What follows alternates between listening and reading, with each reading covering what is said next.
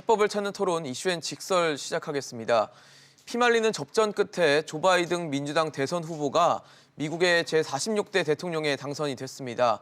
하지만 트럼프 대통령이 미국 대선의 오랜 전통인 이 승복 관행을 깨면서 이 취임까지의 과정이 순탄치는 않을 전망인데요. 이 바이든 행정부가 떠안은 과제와 함께 우리나라와의 관계는 또 어떻게 흘러갈지 이 전문가들과 함께 얘기해 보도록 하겠습니다. 현대경제연구원 최양호 고문, 협력안보연구원 이인배 원장, 연세대 통일연구원 봉영식 전문연구위원 나오셨습니다. 어서 오십시오. 반갑습니다. 네, 결국 미국 대선의 대권의 주인은 바이든 후보, 이제 바이든 당선인이라고 해야 되겠죠. 바이든 당선인의 차지가 됐는데 세 분이 보시기에 결정적 한 방 어디에 있었다고 보십니까? 저는 트럼프 이제 이 선거를 쭉 보면 이게 바이든의 승리가 아니라 트럼프의 참패라고 보는 거죠. 그래서 사실 후보 한 명이었습니다. 트럼프 대 반 트럼프. 그렇기 때문에 과연 그럼 트럼프가 이러한 이제 결과를 나올 때까지 가장 한 방이 뭐였냐? 결국은 코로나19로 보여지고요. 일단은 우리가 경제적으로 봤을 때 실업률이 대선 결과에 미치는 영향이 굉장히 컸는데 3.5% 완전 고용률에 있다가 11%까지 왔다 지금 6.9% 내려왔거든요. 예. 6.9%라는 게 지미 카터나 포드 대통령의 실업률 그거랑 똑같거든요. 결국은 코로나19로 촉발된 경제의 실패 등등이 하는데 일단 저는 하여튼 똑같은 얘기입니다만은 트럼프의 패배다. 트럼프의 패배. 예, 바이든의 승리보다는 그렇게 해석을 하는 것이 훨씬 더 이 전체를 이해하는 데 더 도움이 되지 않겠나 이렇게 보여집니다. 임배 원장님은 뭐로 보세요? 선거공학적으로 좀 생각을 해봤는데요. 경제 전문가시라서 실업률하고 저는 100% 공감하는 부분인데 예. 저는 이런 생각을 해봅니다. 선거에 사실 절대적으로 영향을 미치는 것은 구도라고 그럽니다. 두 번째로 영향을 미치는 게 인물이고요. 세 번째가 이제 정책이라는 건데 정책은 거의 10% 수준이라고 대체로 선거 때 되면 나오고 있습니다. 구도라고 말할 수 있는 부분이 미국 선거에서 보면 지금 지역 구도라고 볼 수 있는데 사실은 트럼프 대통령이 바이든이 후보되는 걸 굉장히 불편해했죠. 왜냐하면 사실 샌더스 되기를 바랬죠. 바이든 같은 경우는 펜실베니아 출신이기 때문에 어쨌든 그 러스트벨트 한 지역 본인이 그걸 따서 대통령이 됐었는데 거기 출신이라는 것 때문에 굉장히 구도상 불리하다고 생각했던 부분이 있는데 아니나 다를세라 바이든이 펜실베니아를 먹었습니다. 네. 구도에서 일단 바이든이 유리한 고지가 있었다. 지난 선거 때보다 좋았다라는 거 첫 번째고 두 번째 인물 문제입니다. 앞서 말씀하신 것처럼 인물 측에서 봤을 때는 바이든은 특별하게 그 인물에서 구도를 형성하지는 않았습니다. 그런데 제가 주목한 거는 카멜라 해리스였습니다. 민주당 같은 경우는 이번에 경선 때 보게 되면 경선 주자들도 9명 이상 많았었고 그래서 그 이념적인 스펙트럼이 굉장히 넓었습니다. 그중에서 가장 중도 쪽에 있는 사람이 이번에 바이든 당선인이거든요. 당선인이죠. 카멜라 해리스 같은 경우에는 샌더스보다는 왼쪽은 아니지만 상당히 왼쪽에 있는 사람이었던 사람이고 이러다 보니까 이념적으로 포섭할 수 있는 구도가 많았다. 그런 점에서 해리스의 영향이 저는 꽤 있었다고 생각이 들거든요. 왜 제가 그런 생각을 하는가 하면 그 요르겐 겐센이라고 자유당 후보가 있었는데 이 사람이 다 보면은 1.5% 수준으로 다 땄어요. 1% 이상 받았다는 이야기는 저것만 없어도 훨씬 더 빨리 결정 났을 바이든 후보가 그렇죠. 하는데 저 사람이 땄다는 거죠. 역으로 보면 카밀라 해리스가 없었으면은 아마도 저 요르겐 겐센이 더 많이 쌌을 수 있겠다는 생각이 저는 드는 거죠. 굉장히 이 사람이 그 자유분방한 자유주의자인데 예.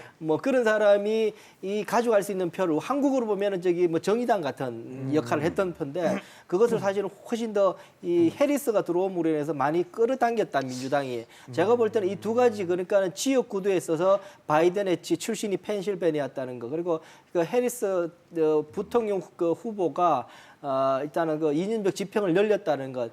이 중요한 거였다는 생각이 듭니다. 사실 정책적인 측면은 거의 드러난 게 없거든요. 명확하게 갈라지는 거의 없거든요. 사실은 보면 비슷비슷하거나 이렇게 그 미국 국민들에게 남을 수 있을 만큼의 쟁점이 되지는 않은 상황이어서 제가 볼 때는 이 두 가지 상황이 컸다라고 생각이 듭니다. 봉 의원님은 어떻게 보십니까?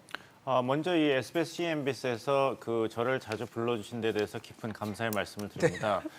이 말씀을 왜 드리냐면은 2017년 1월에 트럼프 대통령이 취임했을 때 저를 불러주셨어요. 네. 근데 그때 질문지를 제가 가지고 있는데 아직 이런 이야기는 하지만 트럼프 대통령의 연임이 가능성에도 관심이 모아지고 있습니다. 가상 대결 얘기를 했거든요. 네네네. 이 SBS, CNBC가 얼마나 앞서 나갔는가를 보여주는 그런 증거였습니다. 네. 그래서 그때 인용한 여론조사 결과가 뭐냐면 1월 14일부터 18일 2017년입니다. 예. 미국 유권자 918명을 대상으로 CNN 방송과 리서치 기관인 SRSS가 한 표본조사에 따르면은 전화 인터뷰 표본 오차 플러스 마이너스 3.8%입니다. 2020년 미 대선 가상 대결에서 조 바이든 전 부통령이 57%를 이겨서 트럼프 대통령을 57대 40으로 이길 것이라고 전망을 했습니다. 맞은 3년 거죠? 전에. 예, 4년 전이죠. 4년 전에. 예, 거의 4년 전이죠. 네. 오프라 윈프리가 나오면은 51대 42로 트럼프 대통령을 이긴다고 나왔고 버니 샌더스 상원의원이 나오면 55대 42로 이긴다고 했습니다. 그 조 바이든 후보가 400만 표 차로 이겼지 않습니까? 그렇죠. 그러니까 이제 다시 말씀드리면 SBS, CNBC가 얼마나 앞서가는가를 다시 보여준 증거입니다. 네, 앞서갈 수 있게 해주셔서 너무 감사합니다. 예, 근데 보다 구체적으로 말씀드린다면 이제 스윙 스테이트 중에서 가장 중요했던 펜실베니아 20인단 선거인단을 네. 가져옴으로써 조 바이든 민주당 후보가 이겼죠. 승리 선언을 했었는데 보면은 이제 흑인 남성과 여성 유권자의 그 투표 참여율이 높아졌습니다. 그리고 이제 민주당 지지율도 당연히 높아졌겠죠. 두 번째는 연수입이 5만 불 이하인 서민층 유권자들이 다시 민주당 쪽으로 돌아섰습니다. 2012년에 오바마 대통령이 밋 롬니 주지사를 이어서 재선에 성공했을 때는 그 표차가 펜실베니아입니다. 예. 연수입 5만 불 이하 서민층 유권자들이 오바마 민주당 후보를 지지했거든요. 그래서 36% 정도의 격차를 보였습니다. 네. 근데 그 36% 격차가 힐러리 클린턴 후보가 나왔을 때는 12%로 줄었습니다. 그만큼 서민층이 이제 기득권층에 대한 그리고 기존 정치 세력에 대한 혐오가 있었던 것이죠. 거기에 편승해서 트럼프 후보가 이겼거든요. 예. 근데 이번에 보면은 출구조사입니다만 예. 다시 펜실베니아에서 5만 불 이하 연수입인 서민층의 20%가 20% 대부분이 이제 민주당 조 바이든 후보를 지지하는 것으로 나타났습니다. 다시 20% 격차가 나왔기 때문에 예. 흑인 남성, 여성 유권자, 서민층 유권자가 이제 민주당 쪽으로 돌아섰고 특히 무당층이 이제 민주당 쪽으로 돌아섰습니다. 펜실베니아에서 2010년 선거에서는 51대 43으로 퍼센테이지로 트럼프 후보가 오히려 더 많은 득표를 네네네. 했는데요. 이번에 출구조사를 보면은 48%대 41로 조 바이든 민주당 후보가 더 많은 득표를 한 것으로 보입니다. 그러니까 무당층도 그 2016년에 비해서 많이 줄었지만 이제 찍고 싶은 후보가 생긴 것이죠. 그렇네요. 그리고 그 중에 대부분이 공화당이 아니라 민주당으로 돌아섰다는 것이 이번 조 바이든 후보가 400만 표 차로 승리하는 그런 요인이었다고 생각합니다. 지금 말씀해주신 두 분의 말씀을 들어보면 사실 펜실베니아를 비롯해서 러스트벨트가 굉장히 바이든 당선인을 만들어주게 한 요인이 되지 않았나라는 생각이 드는데 사실 러스트벨트라는 곳이 지난 2016년 대선에서는 트럼프 대통령이 완전히 휩쓸고 간 지역이 돼서 과연 이번에는 이 표심이 어디로 갈 것인가가 되게 중요한 포인트, 관전 포인트였는데 결과적으로는 최종적으로 이 20석을 갖고 있는 펜실베니아를 바이든 후보가 쥐면서 대권에 오르지 않았나라는 생각이 들거든요. 근데 원래 민주당 지역이었어요. 그러니까요. 예, 2016년이 노동 좀 친화적이고 독특했죠. 뭐 하고요. 근데 잘 보세요. 트럼프 대통령이 사실 역대 대통령 중에 자기 선거 구역을 제일 많이 잘 지킨 대통령이거든요. 그럼에도 불구하고 코로나19라든가 여러 가지 복합적인 게 충분치 않은 그런 일자리를 만들다 보니까 뭐 이런 결과가 나오는 것 같고요. 네네. 사실 잘 보시면 양쪽의 해안가는 다 지금 민주당이 잡았어요. 그러면 양쪽이 어떠냐면 뭐 캘리포니아 쪽은 이 첨단 기술에 지금 뭐 이 보고가 돼 있고요. 예. 오른쪽 동쪽은 금융의 뭐 굉장히 중심지가 돼 있거든요. 그럼 가운데 러스트벨트가 소위 말하는 이 쇠락과 이 소위 말하는 이 전환기에 있어서의 어떤 침체를 받았는데 그것이 거기에 사는 주민들을 만족을 시키지 못한 것을 보다 보니까 러스트벨트가 이제 뺏기게 되는 부분들이 이제 생겼고요. 사실 지금 봉 교수님 잘 얘기했지만 요번에 특이한 거는 그 주에 있는 유권자들의 성향이 그리고 인구의 구성이 굉장히 많이 바뀌어 있는데 그것을 좀 간과한 부분도 많이 있다. 그러니까 뭐 직장을 잃으니까 북부 공업 도시에서 남부 대도시로 많이 내려왔고 또 흑인들의 유입이 많았고 또 히스패닉의 움직임이 굉장히 많았는데 그런 부분들이 조금 뭐 공화당에서 간과를 했는지 또는 뭐 이 코로나 때문에 더 적극적인 이 유세를 못했는지 이런 결과가 나왔는데요. 사실 뭐 아직도 불복을 한다 그러니까 그렇죠. 조금 더 길어지는 불확실성이 더 길어지는 부분들이 좀 염려는 됩니다만은 뭐 하여튼 1월 21일까지 우리가 지켜봐야 될 것 같습니다. 네, 맞습니다. 사실 지금 뭐 말씀을 두 분이 워낙 또 꼼꼼하게 잘 해주셨어요. 근데 사실 러스트벨트를 지난 대선 때는 트럼프를 택했던 이제 지지자들과 세력들이 좀 실망을 했던 건 아닌가라는 생각도 드는데 어떻게 판단하십니까? 제가 알기로 러스트벨트의 그 경제 상황이 평균적으로 다 미국 경제가 나빠졌지만 네. 러스트벨트가 더 특히 나빠지지는 않고 사실 평균 이상으로 나빠진 것 치고는 좋은 그런 상황이었거든요. 그렇다면 그래서 처음에 트럼프 대통령이 선전할 수 있었던 이유도 난 그랬다라고 생각을 했었는데 네네. 나중에 다 뒤집어졌죠. 그렇게 보면 사실은 제가 볼 때는 이 트럼프 대통령이 이런 말을 어쩌면 약효가 2016년에 써먹은 그 약효를 똑같이 다시 쓰기가 어려웠던 것 아닌가. 4년 지나서 앞서 말씀드린 것처럼 저 고문이 말씀하신 저거 원래 저 민주당 그 텃밭이었던 곳이었기 때문에 네네. 그런 것에 대해서 다시금 그것을 탄탄하게 다지지 않은 상태에서 다시금 그것을 본인이 가지려고 그랬던 거는 선거 전략상에서 조금 더 정성을 쏟거나 아니면 다른 어젠다를 내거나 하지 않았으면 어려웠던 것 아닌가라는 생각이 저는 드는 부분이에요. 그래서 원래 저거는 가져갈 일단 민주당 거였었기 때문에 원래는 더 그랬죠. 어려운 것 아니었는가. 트럼프로 봐서는 새로운 카드를 내놓지 못했는 것 아닌가라는 생각이 드는 부분입니다. 홍 박사님 어떻게 예, 저도 두 분 말씀에 전적으로 동의합니다. 그 위스콘신, 미시간, 펜실베니아 사실 민주당 표밭이었죠 전통적으로. 그리고 지난번 2010년 선거에서도 트럼프 대통령이 그렇게 크게 이긴 건 아니거든요. 위스콘신 같은 경우는 0.23% 표차로 이겼고 펜실베니아, 미시간은 0.7%, 다 1% 미만이었어요. 그래서 그 소위 그 블루월, 그 공업지대 경합주를 다 이기고 거기에 이제 힐러리 클린턴 민주당 대선 후보가 2016년에 이겼던 20개 주를 합치면은 270 과반수를 넘는다. 이게 처음부터 조 바이든 캠페인 팀의 전략이었습니다. 전략이었군요. 예, 그러니까 플로리다를 이기지 않고 또 이길 수 있었는데 트럼프 대통령 입장에서는 이 표 계산을 해보니까 플로리다를 꼭 이겨야 됐거든요.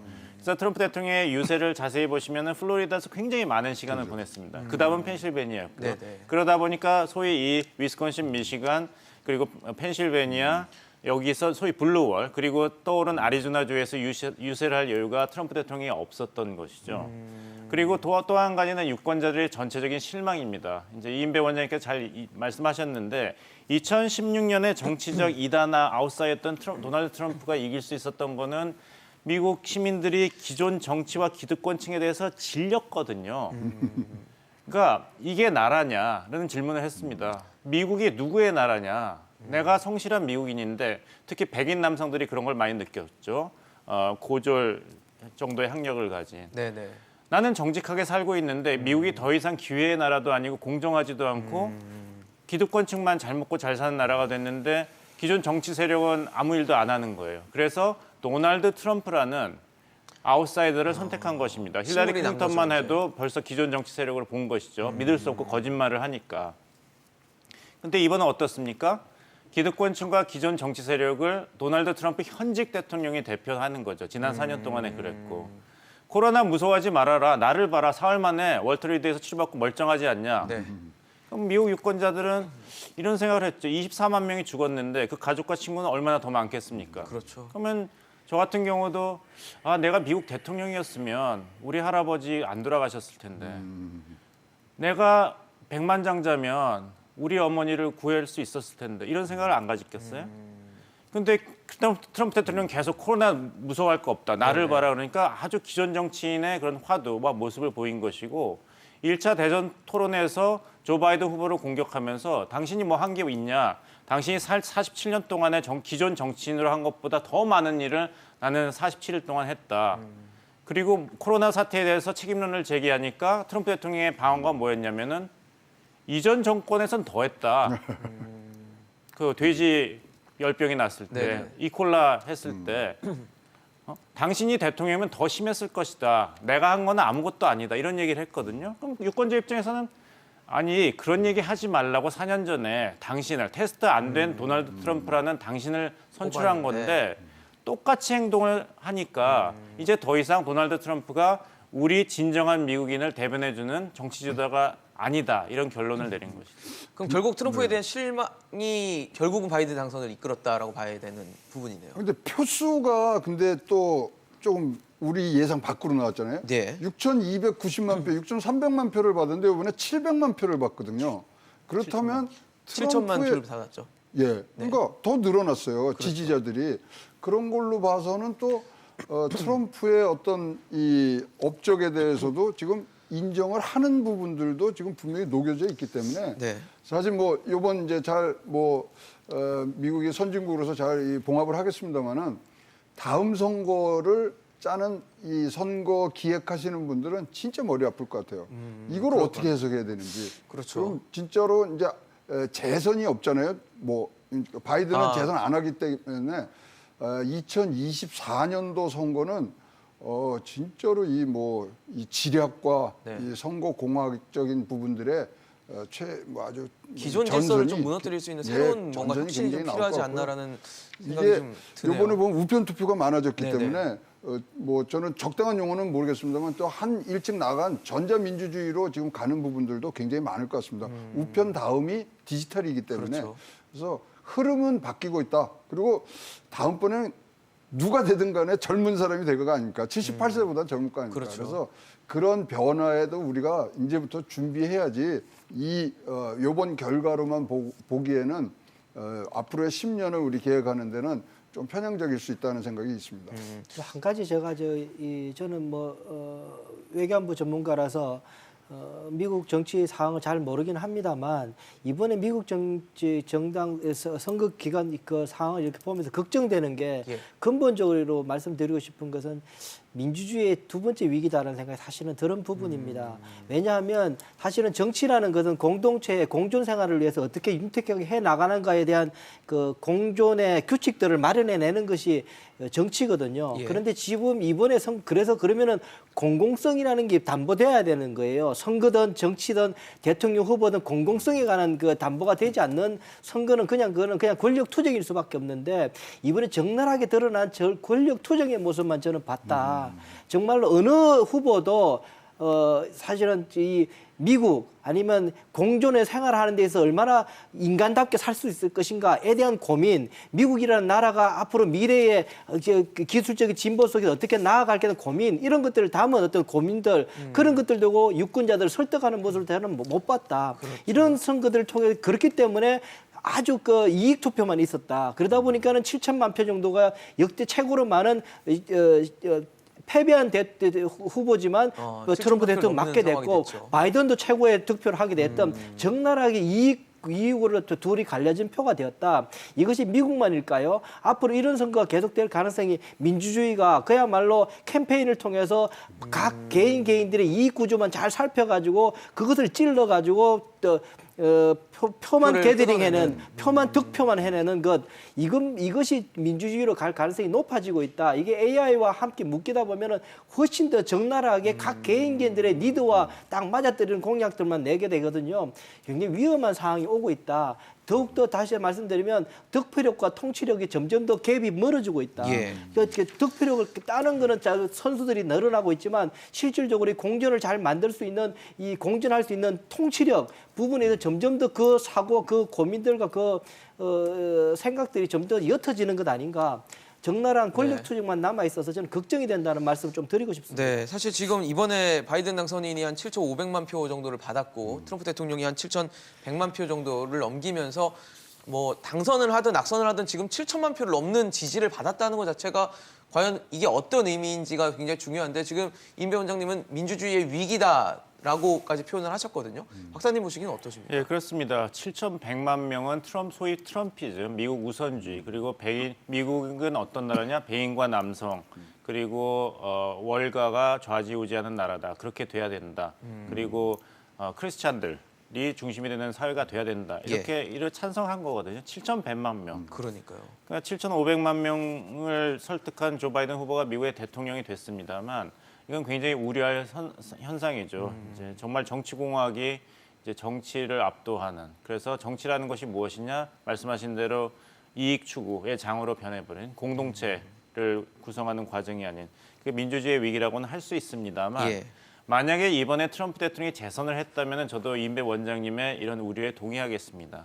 그렇지만 품격, 공동체를 화두로 내세운 노쇠한 정치인인 조 바이든 후보를 미국 유권자가 택했다는 것. 현직 대통령의 어마어마한 프리미엄에도 불구하고 승리했다는 것은 미국 민주주의가 좀 제자리를 찾아가는 것이 아닌가 이렇게 생각합니다. 예를 들어서 말씀드리면은 CNN의 이제 정치 코멘테이터인 흑인 벤 존스라고 있습니다. 4년 전에 힐러리 클린턴 후보가 낙선하고 트럼프 대통령이 당선됐을 때 생방송에서 그렇게 얘기했죠. 선거 다음날 아침 부모들은 애 보기가 무서울 거다. 아침밥을 먹으면서.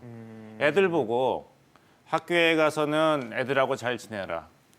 사람은 인격이 중요하다. 어떤 경우에도 정직해라. 네가 힘 있다고 공부 못하거나 핸디캡 있는 아이들 괴롭혀서는 안 된다. 이렇게 가르쳤는데 이제 애들한테 무슨 얘기를 할 거냐. 우리 대통령이 그렇게 행동을 안 하는데 우리 사회가 그런 사람을 대통령으로 선택했는데 근데 조 바이든 민주당 후보의 이번에 당선이 확실시된 다음에 사회자가 어떻게 생각하냐고 질문을 던지니까 감정에 북받쳐서 울더라고요. 울면서 얘기하는 게 이제는 아버지 노릇하기 조금 쉬워졌다. 이제는 좀 숨을 쉬겠다. 부모로서. 애들 보고 봐라. 인격 중요하다. 거짓말 오래 안 간다. 정직해야 된다. 성실해야 된다. 이렇게 다시 편하게 아침 식사를 하면서 이야기할 수 있게 되었다. 네. 이런 걸 본다면 미국 민주주의가 그동안 4년의 트럼프라는 새로운 지도자를 실험해 봤는데 그래도 미국이란 나라가 나라다우려면 어떤 지도자를 선택하는 것이 맞겠다는 결단을 한 거 아니겠습니까? 그렇게 본다면 앞으로 4년 바이든 행정부가 어떻게 되냐. 그리고 보다 단기적으로는 이 선거 결과를 부정하는 트럼프 대통령의 행동에 대해서 미국 언론, 정당, 사회가 어떻게 반응하는를 지켜본다면은 과연 민주주의가 정말 쇠락의 길로 계속 가느냐 아니면 그동안의 경험을 바탕으로 다시 한번 리셋을 하는 과정이나를 저희가 좀 더 잘 볼 수 있겠죠. 두 분의 말씀만 들어봐도 이번 대선이 미국의 민주주의의 뭐 위기가 될지 아니면 다시 좀 뭐 퀀텀 점프까지는 아니더라도 어느 정도 점프를 할 수 있는 그런 분기점이 되지 않을까라는 생각이 좀 드는데 앞서 뭐 트럼프 대통령의 뭐 인격과 거짓말과 관련된 얘기를 해주시면서 사실 지금 트럼프 대통령은 계속 불복을 시사하고 지금 뭐 소송과 또 재검표 요구 여러 가지 지금 뭐 향후에 남아 있는 과정들 아직 많이 좀 남아 있을 것 같은 생각이 들 정도의 액션을 취하고 있는데 트럼프 대통령이 사실 퇴임을 하면 여러 가지 문제가 또 불거질 일들이 많다고 하더라고요. 줄 소송을 본인도 앞두고 있다고 합니다. 지금 사실 대통령이기 때문에 미국 법률 시스템상 사실 대통령이 누리는 면책특권상 지금 여러 가지 소송들이 멈춰 있을 뿐이지 이제 자연인 신분으로 돌아가면 또 여러 가지 또 뭐 종류도 여러 가지입니다. 뭐 성추문 입막음 의혹도 있고 탈세 관련 뭐 명예훼손 각종 소송에 휘말릴 것이기 때문에 그래서 승복선언 못하는 거 아니냐라는 얘기도 있거든요. 뭐 그럴 가능성도 있습니다. 뭐 말씀하시는 뭐 보험 사기라든가 사무소 위조까지 있고 지금 사이러스 벤스라는 맨해튼의 검사장이 지금 2년째 지금 하고 있는데 지금 뭐 기소를 못 하고 있죠. 그리고 뭐 최근에 나온 건 지난 7월달에 연방대법원에서 이제 재무 관계되는 자료들을 내놔라 이제 거기까지 지금 가 있는 상황인데 지금 뭐 이 트럼프 캠프에서는 뭐 바라는 게 그런 것 같아요. 닉슨 대통령도 이런 형사소추들을 많이 당했는데 당선된 이후에 하니까 사면까지 가더라. 그런 또 가능성도 보고 있습니다만 이런 전체들은 사실 뭐 우선순위로 따지면 뒤에 있고요. 일단은 불복 과정에서의 어떤 승소 가능성에 지금 전력을 하는 걸로 봐서 이 부분이 이제 만약에 뭐 전부 다 됐던 것들이 이제 소추가 된다면 사실 미국에 살 수 없는 거죠. 그래서 미국을 떠나야 된다는 뭐 상황을 맞을 수도 절대 있다. 절명의 그런 상황도 있습니다만은 어쨌든 간에 그렇다면 미국 국민들이 7천만 표 이상 준 후보자이기 때문에 예. 또 바이든 뭐 당선자의 또 결단도 분명히 필요해지는 부분들이 이제 생기고요. 만약에 더욱 트럼프를 공경으로 밀게 되면은 어떤 이 환경이 생기냐면 레드 아메리카의 대통령은 트럼프다 이러고 치고 나올 거라고요. 보수 진영에서. 그럼 분열이 더 심해지는 네, 상황이 되겠네요. 그렇기 때문에 이제 그런 면들을 이제 잘 아우르는 그런 이제 연설도 어저께 이제 뭐 바이든 그쵸. 당선자가 했기 통합과 때문에 예. 화합을 중요시했죠. 요거는 진행 사항을 좀 봐야 되고요. 또 이 진행 사항이 잘 되려면 트럼프도 이런 뭐 형사적인 절차에 좀 자기도 적극 협조를 해야 되는 부분들 그런 것들이 이제 봉합되는 과정 속에서 나와야 된다고 생각합니다. 근데 트럼프 대통령을 조 바이든 대통령이 이제 취임한 다음에 사면을 하는 것이 과연 이 분열 대신에 통합을 가져오는 미국 사회를 만들겠다는 조 바이든 후보의 공약과 결이 맞는 것인지. 그거는 이제 또 정치적으로 여러 가지 면을 고려해야 될 것입니다. 이제 최 고문님께서 잘 말씀하셨는데요. 이제 벌써 미국 언론에서는 누가 파면 대상자고 누가 사면 대상자냐 리스트가 나오고 있습니다. 파면 대상자 1순위는 지금 현재 FBI 국장이죠. 크리스 웨리. 너무 많은 것을 알고 있으니까요. 그래서 근데 문제는 뭐냐면 2017년 8월에 임명이 됐거든요. 그 FBI 국장 임기가 10년이기 때문에 예. 이 크리스 웨리를 그 트럼프 대통령이 무슨 이유이든 간에 파면을 할 수도 있는데 네네. 조 바이든 대통령이 또 임명할 수 있거든요. 그러면 오히려 임기가 더 길어집니다. 그렇죠. 새로 또 새로 시작하니까. 10년이니까. 예. 그러면 만약에 트럼프 대통령을 소추하고 조사를 한다면은 FBI의 그 활동이 더 탄력을 얻겠고, 그다음에 마이클 플린 그 국방장관 내정자도 이제 사면 대상이 되고 있지만 제일 흥미로운 시나리오는 네. 새 대통령 취임식이 1월 20일 아닙니까? 그렇죠. 1월 19일에 트럼프 대통령이 자신과 자기 가족을 사면하는 겁니다. 행정명령. 행정명. 그러니까 아니면은 네. 그 직전에 사임을 합니다. 대통령직에서. 그러면 미국 헌법상 마이크 펜스 부통령이 대통령이 되겠죠? 네, 승계해서. 대행을 하게 그다음에 마이크 펜스 부통령이 트럼프 전 대통령을 사면하는 겁니다. 뭐 전략적인 방법은 사실 여러 가지 가능성은 남아 있다고 이게 봐야겠네요. 미국 헌법학자들 사이에서는 대통령이 자기를 사면한 경우나 이런 식으로 한 게 없기 때문에 이게 어떻게 해석될지 아무도 모릅니다. 근데 우리가 지금 얘기하는 인물이 도널드 트럼프 대통령이기 때문에 이런 모든 시나리오가 다 열려 있다고 다 봐야 열려 된다는 있는 거네요. 저는 그러니까는 이걸 좀 법적으로 해석하면 이게 이제 지금 상황에서는 저게 판단하기 어려운 상황인데 네. 정치적으로 보면 저는 엉뚱한 생각을 해봤는데요. 이런 생각을 해봤습니다. 사실은 이 소설 중에 남한선생이라는 소설이 있었습니다. 네. 아시겠지만 뭐 거기에 보면 이제 병자호란 때 인조가 이 그 남한성에 갇혀 있으면서 그 두 사람을 부르게 됩니다. 네. 주화파인 그 최명길과 주전파인 그 김상헌을 불러놓고 이야기를 듣게 됩니다. 최명길은 주화파 화친을 하자. 청에 이제 화친을 하자라고 이야기를 합니다. 화친을 해서 그 사직을 보존하소서라고 이야기를 하게 됩니다. 예. 그때 김상헌이 이야기를 합니다. 그 주전파입니다. 싸우자 끝까지 싸우자고 이야기하는 파입니다. 그렇게 이야기합니다. 화친을 하려고 하더라도 지금은 목숨을 버려야 할 때입니다. 목숨을 버릴 때 화친의 길이 열립니다라고 이야기를 합니다. 다시 말하면 김상헌은 화친을 하기 위해서라도 실제로 지금의 싸우는 모습을 보여야지 화친의 길이 열린다라고 이야기를 하는 장면이 생각이 납니다.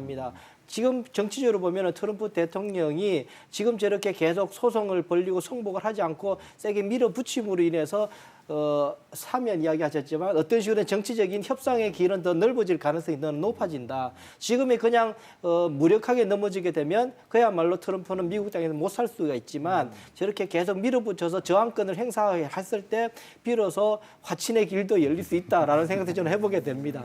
근데 이거는요, 제가 보기에는 1, 2년 안에 끝날 문제가 아니고요.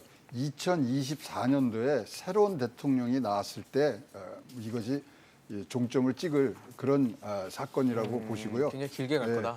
이거를 변수로 보지 마시고 향후 4년간은 상수로 놓고서 보시는 것이 낫고요. 마침표는 2024년도 새로운 대통령이 찍을 것 같습니다. 네, 알겠습니다. 그런데 여기서 이제 저희가 주목해야 될 것은 예. 공화당의 입장입니다. 트럼프 대통령이 두 번째 기자회견을 했을 때 이게 검증되지 않은 거짓말을 너무 많이 한다 그래가지고 주요 방송국은 아예 중계를 끊었지 않습니까? 네네. 그때 보셨어요? 트럼프 대통령 굉장히 외로웠습니다. 혼자 있었죠. 펜스 부통령 안 보였죠? 공화당 주요 인사, 주변에. 백관 인사 없었죠. 그 말은 뭐냐면 벌써 공화당은 트럼프와 거리두기를 하는 겁니다. 트럼프 벌이가 시작된 것이죠. 그러니까 이제 우리나라 예를 들자면 이제 그 박근혜 대통령이 이제 최순실 그 국정농단 사건이 불거지고 탄핵 국면으로 접어들면서 그 여당 의원들이 처음에는 박근혜 대통령과 얼마나 친하다는 거를 얘기하다가 갑자기 또 박근혜 대통령 버리기가 됐지 않습니까? 원래 그렇게 친한 사이 아니었다. 나 네네. 친박 아니다 그러고. 그런 식이죠. 지금 공화당 그 주요 인사들도 그 계산을 하고 있을 것입니다. 가장 중요한 것은 조지아주의 상원 의석이 2석이 있는데 이번에 한 석이 선거였는데 한 후보도 50% 이상 득표를 못했기 때문에 조지아주 선거법에 따라서 1월 5일에 재선을 하게 됩니다. 결선 투표죠. 네, 결선 투표를 하게 됩니다. 그러면 1월 5일에 조지아주의 상원직 둘 다 선거에 돌입하는 것입니다. 만약에 이번에 트럼프 대통령이 불복 선언을 계속하고 소송을 하고 그리고 공화당이 그걸 지지해서 민심이 공화당에서 이반을 한다면 조지아주에서 두 상원 의석이 민주당이 다 석권할 가능성도 있습니다. 그렇게 된다면 상원에서 48대 48로 동률이 되고 그러면 카말라 해리스 부통령이 그 타이브레이크 표를 할 쥐게 될- 경우도 생기거든요. 네. 그러면은 공화당은 백악관만 진 것이 아니라 대통령직, 상원, 상원까지. 하원 다 민주당이 하원도. 석권하게 됩니다. 공화당이 이런 위험을 감수할 것인가? 트럼프의 불복 선언을 지지함으로써 지금 개선이 굉장히 복잡할 거죠. 굉장히 그 후폭풍이 좀 클 수 있는 선택이 되지 않을까라는 생각이 그러니까 우리나라 드네요. 정치인들은 이렇게 의리가 있어서 한번 이렇게 정당하면은 이제 지도부랑 끝까지 운명을 같이 하는 경우가 종종 있죠. 종종 있죠. 근데 미국은 그렇지 않은 것 같아요. 이익을 따지기 때문에 결국엔 자기 살아남기로 공화당 당원들이 나선다면 트럼프 대통령이 아무리 이렇게 발버둥을 네. 치더라도 굉장히 외로운 싸움이 되고 생각보다 빨리 그리고 평화롭게 결과가 봉합될 수도 있습니다.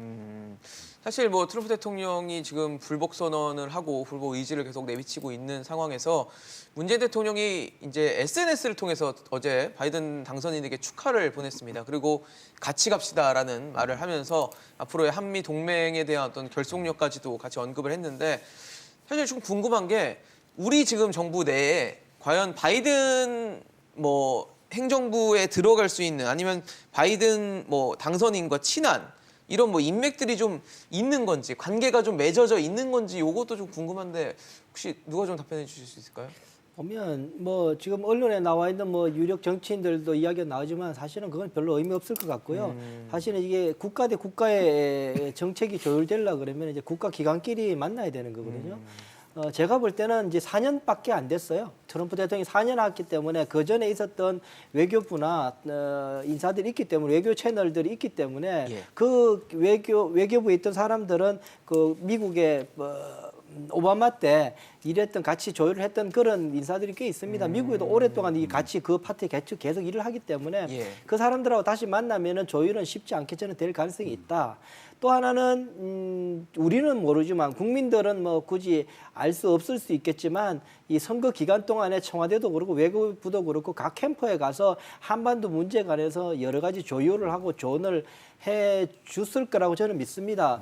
줘야 되는 거고요. 그래야지 그 차기 정권이 어디가 되든 마음대로 이렇게 한국하고 이렇게 조율이 될 가능성이 높아지거든요. 그렇게 했다 그러면은 금방 이제 지금은 아직까지 선거가 명확하게 결정이 안 난 상태라서 공개하지 못하겠지만 만약 1월 돼서 출범하고 나면 곧바로 이제 서로가 이제 조율이 될 가능성이 있다라고 저는 믿고 있습니다. 네. 박사님 어떻게 보세요? 저는 좀 우려하면서 보고 있습니다. 우려하세요? 왜냐면은 이제 트위터로 네. 뭐 같이 갑시다 한미동맹 얘기를 문재인 대통령께서 하셨는데 뭐 인간관계도 그렇지 않습니까? 이게 인맥 말보다는 그 사람의 행동을 보고 판단을 하라 이런 게 있는데 이제 이수혁 그 주미 대사께서는 이제 한미 동맹에 대해서 좀 기존의 입장과는 다른 그런 발언을 하셨잖아요. 그러면은 이제 미국 내에서는 이제 초당적으로 이 한국의 입장이 무엇이냐 이런 예가 나오는데 근데 당선된 다음에는 트위터에서 이제 대통령께서 한미 동맹 중요하고 같이 갑시다 하는데 이제 행동이 그리고 주위 사람들 말이 이렇게 대통령의 말씀하고 합치가 좀안 되는 합치가 문제도 돼야 있죠. 되는데 거기에 대한 우려가 있을 거고 사실 한국이 중국으로 경사되었다는 우려는 박근혜 대통령 때 나왔죠. 그렇죠. 오바마 행정부와. 그러니까 이거는 그 오바마 행정부 때 8년 부통령을 했던 바이든 후보도 잘 알고 있을 것입니다. 이제 한국이 완전히 미국에 믿을 수 있는 안보 협력 국가냐. 그에 대해서는 우리가 행동으로 보여줄 수밖에 없고 그리고 저희는 이제 이 국가를 위해서 헌신하고 노력하시는 이제 국회의원 분들을 다 존경하는데 지금은 이렇게 의원 외교를 해서 한반도 평화 프로세스를 얘기하고 할 때가 아닌 것 같습니다. 왜냐하면 서로의 관심사를 얘기하고 그쪽이 중요하게 얘기하는데 우리가 도와줄 수 있다는 메시지를 해야지 좀 경청할 텐데 지금 한반도 프로세스를 미국이 한국을 무시해서가 아니라 예. 지금 제일 급한 불은 말씀하셨지만 코로나 방역하고 그렇죠. 경제 위기 경제죠. 극복인데 이 개표라는 과정에서도 미국 내에서 코로나19 사망자가 평균 1,000명씩 매일 나왔습니다. 매일 1,000명이 죽어가고 있고 새로 하루 확진자가 12만 8천 명입니다. 3월 이후로 다시 나빠지고 있거든요. 네. 근데 거기서 한반도 피스 프로세스, 평화 프로세스 얘기하면은 뭐 듣긴 하겠지만 그러니까 지금 국회의원께서 방미를 하시는 것보다는 K방역 성공했지 않습니까? 예. K방역을 잘 설명하고 미국한테 도움을 줄 수 있는 인사가 가면은 바이든 행정부 그 인수위가 굉장히 좋아하지 않을까 저는 생각합니다. 그래서 이제 왜냐하면 이제 월요일 날 약속한 것이 코로나 방역 태스크포스 팀을 출범시키겠다. 12명으로 구성된 전문가를 그룹을 만들어서. 아주 야심에 찬 그런 바이든 후보 대통령 당선인의 의지겠죠. 역작인데 예. 거기에 한국이 굉장히 기여를 할 수 있다면 얼마나 환영하겠습니까? 그래서 지금 정치인을 만날 때가 아니라 그 12명 태스크포스의 인원을 만나거나 아니면 3명의 공동 팀장 중에 한 명, 그 비벡 머시라든지 데이빗 캐슬러라든지 마셀라 누에스 스미스 예일대학교 교수 이 3명 중에 한 명을 만나면 우리 재난 그 본부나 아니면은 우리 관리나 이제 방역 전문가가 간다면 오히려 더 설득력이 있지 않을까. 상대방이 원하는 것을 우리가 줄 수 있다는 것을 이야기해야 되거든요. 그게 결국 우리에 대한 신뢰를 높일 수 있는 그리고 우리가 단계가 성공했으니까요. 된다는 우리가 성공했지 않습니까? 방역 케이스에. 그렇죠. 그 외에 주요한 그 외교 자산을 사용하지 않습니까? 예를 들어서 말씀드리자면 일본의 스가 요시히데 총리가 어떻게 할지는 제가 보입니다. 분명히 가서 축하한다. 내년에 도쿄 올림픽의 안전하고 성공적인 개최를 위해서 서로 협력하자. 그 차원에서 일본도 코로나19 방역에 미국의 노력에 협조하겠다. 백신 개발이라든지 공동 연구라든지. 도쿄 올림픽 개최가 무엇보다 중요하니까요. 그렇죠. 그래서 도쿄 올림픽 개최라는 거에 대해서 조 바이든 행정부의 지지를 받으면서 미국이 원하는 코로나에 대한 일본의 협력을 주고 그러면은 이게 소통이 잘 될 일종의 딜이 텐데 되죠. 왜 우리는 K 방역이라는 강력한 무기와 일본보다 카드가 있는데. 더 효과적인 자산이 있는데 사용을 안 한다면 좀 안타깝습니다. 200% 동의합니다. 네. 그리고 상원의원인 바이든 당선자를 만나는 거하고 대통령이 된 바이든을 만나는 거는 이거는 뭐 다른 얘기죠. 채널이 완전히 예. 다릅니다. 저도 바이든 상원의원은 2번 뵀어요. 2번 뵀고 식사도 같이 했지만 지금 가서 뭐 내놓으면은 누구시더라 뭐 이렇게 나오는 거고요. 지금 자기네 나라의 인수위에서 나온 큰 그림에 지금 우리가 맞춰줘야 되는 부분들이 있거든요. 그래서 그런 부분들 우리가 잘 활용해야 되는데 제일 중요한 거는 사실 이제 우리나라는 뭐 외교안보 정책이야 미국이 힘이 있기 때문에 거기 끌려갈 수밖에 없지만 기조를 좀 연구하는 부분들이 많아야 됩니다. 그러다 보면 지금 사실 바이든의 경제 정책을 지금 짜고 있는 사람 번슈타인이라는 뭐 경제학자가 있습니다. 네. 그 사람을 지금 연구해야 되고 그다음에 바이든의 가장 연설에서 가장 많이 나온 사람은 벤 해리슨이에요. 여기도 경제 정책을 가는 거고 그다음에 크리스 쿤스라고 자기의 정치적 아들이라 그래서 델라와의 상원의원 받은 사람이 있거든요. 여기서 외교 정책 짜고 있거든요. 그 사람들을 공부를 하고서 그다음에 가서 만나면 이제는 국가 대 국가로 만나는 거기 때문에 뭐 이 부분들을 해야지 과거에 친소 관계가 있다고 해서 그걸로 이게 된 일은 이제 아니고요. 물건 늘어질 때는 그렇다면 아니죠. 우리 이제 하림이 지금 델라웨어에 있는 이 식품 가공업체 인수한 거 있거든요. 그때 바이든 상원의원 왔었어요.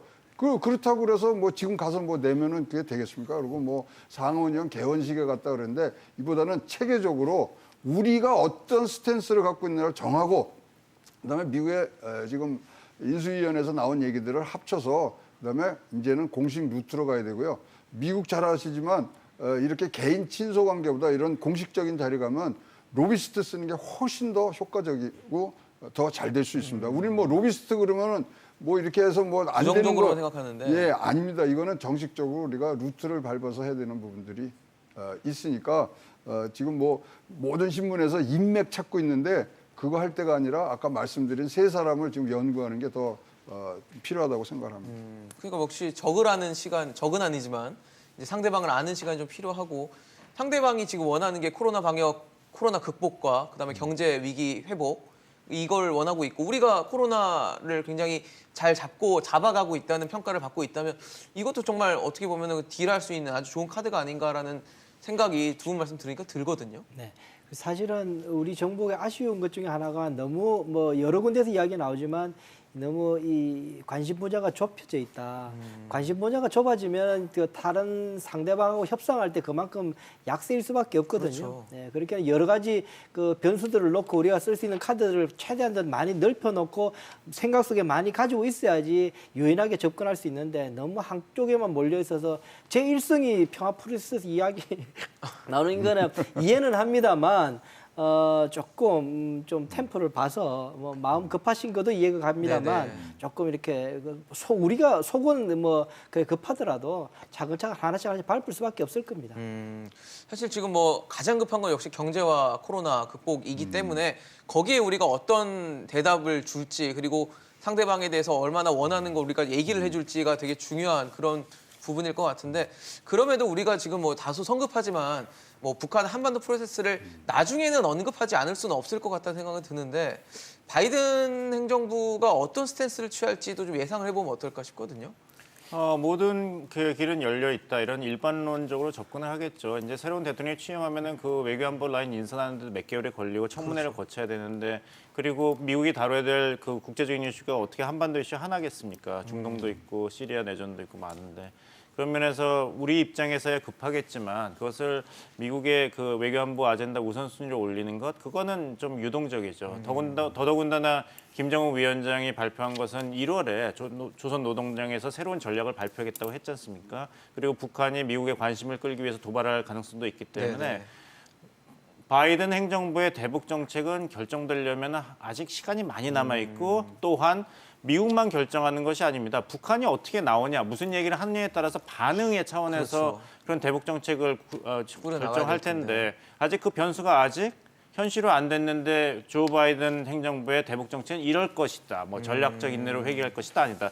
이건 아직 얘기하기가 이르다고 생각합니다. 그러면 사실 바이든 행정부에서 외교안보 라인을 짜고 구성하고 대북 전략까지 짜는 데까지 상당히 시간이 소요될 것이다라고 봤을 때 그럼 우리도 시간이 같이 흘러가잖아요. 그럼 우리는 또 나중에는 정권이 바뀔지 말지를 고민해야 되는 그 시점이 올 텐데 그럼 우리는 또 어떻게 해야 근데 될까요? 그 농사를 지을 때 그 어르신께서 저한테 얘기한 게 수확을 앞당길 수는 없다.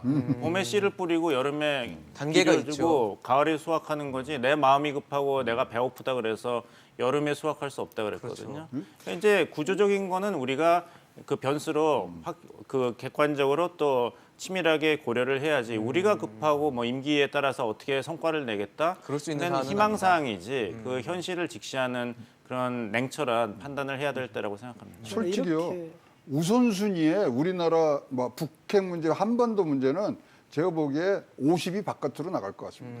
지금 뭐 10번째 안에 들어갈 수 있을 것 같이 이제 생각을 하는데 뒤로 가 있기 때문에 사실 저는 우리나라에서 뭘 했으면 좋겠냐 그러면 바이든 이제 당선자가 지금 뭐 대선 유세 과정에서 뭘 얘기했냐면 취임 첫 해에 민주주의 정상회의를 한번 자기가 전 세계에 그래서 협력 체제를 다시 짜겠다. 그거를 한국에 유치해야죠. 그래서 서밋 포 데모크라시 해갖고 이걸 다 모이는데 그러면 거기서 한반도 얘기는 자연스럽게 나오는 거고 분명히 이제 이게 가능성이 있는 게 올림픽 이제 일본에서도 얘기하고 이런 여러 가지를 봤을 때 이거 우리가 와서 한번 K방역도 보세요. 어떻게 했는지. 그리고 여기가 진짜로 이제 마지막 나오면 이 분단 지역이니까 여기 한번 오세요. 사실 이거 우리나라에 유치하면은 진짜로 한반도에 대한 이 이슈의 우선순위를 굉장히 빨리 띄고 좋은 점이 될 것 같습니다. 임 원장님 뭐 말씀하실까요? 우선 보면 바이든 이제 출범하고 나면 동맹은 안정적이겠죠. 그렇지만 분담금 문제는 여전히 좀 진통을 겪어야 됩니다. 트럼프 대통령이 워낙 값을 높이 얻기를 했기 때문에 바이든 당선자가 대통령이 된다 할지라도 턱없이 또 예전처럼 이렇게 확 내릴 수는 없습니다. 미국 대통령 뽑은 거지 한국 대통령 뽑은 것 아니거든요. 그렇죠. 미국의 국익, 국민들의 이익을 위해서 봉사해야 될 의무가 있는 미국의 대통령이 뽑힌 거기 때문에 전혀 우리에게만 유리한 그렇게 기대할 수는 없습니다. 두 번째, 이 북한 핵 문제는 여전히 이야기한 것처럼 일단 그 실무 협상부터 하려 그럴 가능성이 높죠. 예. 그렇다면 이제 정상회담은 그만큼 이제 늦어질 수밖에 없는 건데요. 제가 볼 때는 이제 그 중에 하나가 뭐냐면 이 우리 한국 정부인데요. 한국 정부는 실제로 제가 몇 번 다른 이야기한 적이 있었지만 이 공화당 트럼프 대통령보다는 바이든 대통령 상대하기가 훨씬 마음은 편할 겁니다. 강성이 아니고 어쨌든 그 유연성이 있는 사람이기 때문에 훨씬 그 상대해서 설득할 수 있기는 좋을 겁니다. 문제는 시간이죠. 지금 뭐 1년 반도 안 이제 출범하고 나면은 1년 남짓밖에 안 남는데 우리 한국 그렇죠. 정부가 그다음 정부 어떻게 됐든지 간에 뭐 그런 상황이기 때문에 마음이 급할 수밖에 없다. 결국은 변수는 뭐냐면은 북한입니다. 그러니까는 우리 정부가 마음이 급하고 시간이 얼마 남지 않았는데 그것을 미국의 정책에 어느 정도 영향을 미치려고 그러면 북한이 나서 줘야 되는 거죠. 그래서 저는 1월 달에 좀 주목하는 부분이 그 부분인데요. 저는 여러 군데서 나오는 것이 이 바이든 대통령을 협상 테이블에 끌어놓기 위해서 도발을 할 수도 있겠다라는 이야기가 나오는데요. 저는 예. 좀 반대로 봅니다. 그 수법을 써봤거든요. 2009년에 오바마 대통령이 행정부 때. 출범하고 1월 20일 날 출범하고 나서 2월 달에 곧바로 광명성 2호 쏘겠다고 그래 발표를 하게 됩니다. 실제로 4월 5일 날 쏘게 되고요. 4월 25일에는 또 2차 핵실험을 하게 됩니다. 그러고 나서 오바마 정부의 전략적 인내는 시작하게 됩니다. 오바마 정부는 열심히 대화하기를 원했죠. 그랬다가 못했거든요. 그랬던 저 전철을 다시 밟을 거냐? 바보가 아니면 김정은 위원장이 그렇게 하면 안 되고 하지 않을 거라고 저는 봅니다. 그렇다면 어떻게 할 거냐? 나는 내년에 이 노동 당대회 이후에 북한이 꽤나 어게인 2018 이상의 버전 2로는 꽤나 장밋빛 미래를 그리는 선언이 나올 가능성이 있다라는 네. 생각이 듭니다. 남북 그 경제 우선 정책을 더욱더 적극적으로 밀어붙일 가능성이 있고 또 하나는 조건 없는 한반도에 핵 없는 한반도 만들기에 대해서 동참하겠다라는 말도 나올 수 있을 겁니다. 그리고 네. 실질적으로 액션도 나올 수 있을 겁니다. 지난번에 조건 없이 그 핵 실험장 폐쇄한 것처럼 쇼였지만요. 그런 것처럼 그 명분이 될 만한 어쨌든 쇼가 될 만한 사람들 입에 오르내릴 만한 액션은 취할 겁니다. 가령 예를 들면 지금 60개 정도의 핵탄두를 가지고 있다 그러는데 한두 개 없어진다고 해서 북한의 핵 능력이 없어지지 않을 겁니다. 네네. 그렇다면 두세 개 정도는 북한 내부에서 해체 작업하는 거 쇼 벌일 수 있습니다. 네. 오크리지로 보내지는 못합니다. 핵 능력을 곧바로 다 들키기 때문에 미국으로 보내지는 않겠지만 북한 내부에서 그런 쇼를 해서 비디오 찍어서 내보낼 수도 있습니다. 우리는 이제 핵 포기 의사 있다라고 누군가가 해석할 수 있게 만들어줄 수 있습니다.